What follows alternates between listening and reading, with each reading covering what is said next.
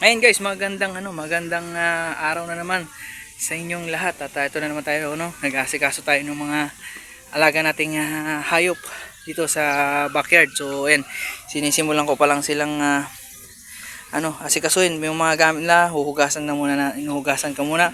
At ngayong araw, nakarang araw nga pala, ayan guys, may nagdala na naman sa atin ng sapal ng soya. So ayan, ito yung idadagdag natin pampakain dun sa mga alaga nating chimken tsaka sa mga baboy. Actually kahapon pa to dinala ng maga kahapon. So ayan, dinadagdag natin sa pakain nila.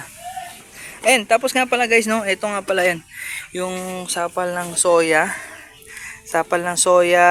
tsaka feeds tsaka yung sorter na binili ko. Ayan, yung ihalo natin dito sa pakain natin sa mga alaga nating mga manok. So para marami din silang makain. Ayan, sobra 2 kilo yung sapal ng soya, kaya nabot lang ng 40 pesos yung pagkakabili ko dun sa sapal. Pandagdag pakain sa mga alaga nating mga hayop. So ayan, yan itsura niya. Yan.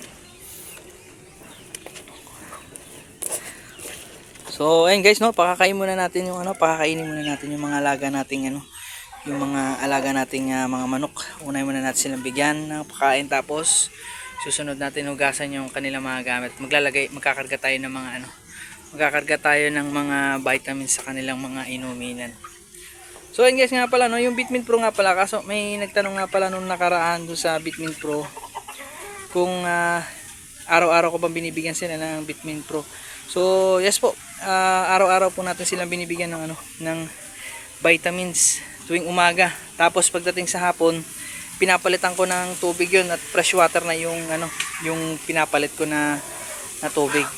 Yan, laging malinis yung yung inuminan nila. Kahit do sa sa mga alaga nating native, yan, binibigyan ko rin sila ng Bitmin Pro. Pero ang ginagawa ko do sa mga alaga kong naman native, sinasama ko na do sa pakain nila para madaling ma-absorb din ng katawan nila yung vitamins na ibinibigay ko sa kanila. So ayun guys, sisimulan ko muna asikasuhin to, tapos balikan ko kayo pagka natapos.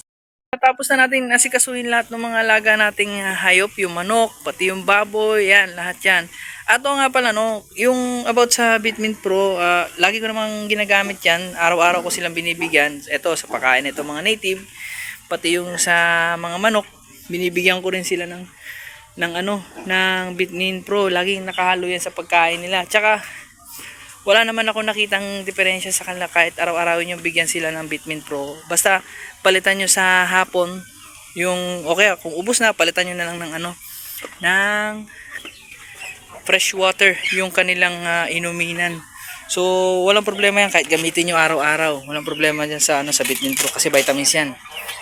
So pero kung nagdadoubt pa rin kayo at nagdududa pa rin kayo, mas maganda pa rin na magtanong kayo doon sa mga vet or sa mga technician na pwedeng yun sa nangangalaga ng mga alaga nating hayop. So mas mabuti na mainam na yung nagtatanong pa rin kayo sa talagang eksperto talaga. So ako kasi na-experience ko lang, nasubukan ko lang dito sa mga manok ko, inaraw-araw ko sila nabigyan ng Bitmin Pro. Wala naman ako nakitang problema dun sa pagbibigay ng Bitmin Pro sa araw-araw. So yun lang guys, ayan, pakain ko sa kanila yan pa rin yung soya.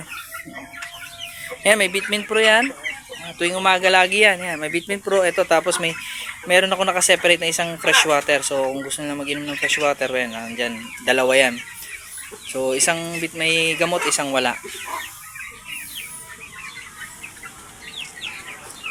So, ayan, Ayan, guys, muli.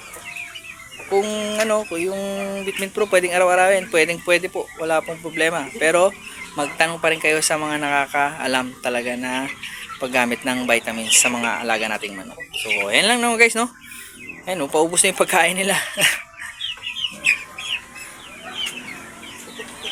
So guys, ayan, hanggang dito na lang muna yung ating video for today. Ayan, kung hindi ka pa nga pala nakasubscribe at kung bago ka dito, ayun, wag mo nang kalimutan na mag-subscribe sa aking channel at i-click din yung notification para notified ka sa lahat, or yung bell na nakikita nyo sa screen. So ayan guys, hanggang dito na lang muna, at please paki-follow na rin ako sa aking Facebook page kung maaari. Ayan, meron tayo din Facebook page. So same name din, parehas lang din po sa channel ko dito. So ayan guys, no, kita-kits tayo uli sa next vlog natin. So kita-kits tayo ulit sa aking next vlog. So ayan, hanggang dito na lang muna.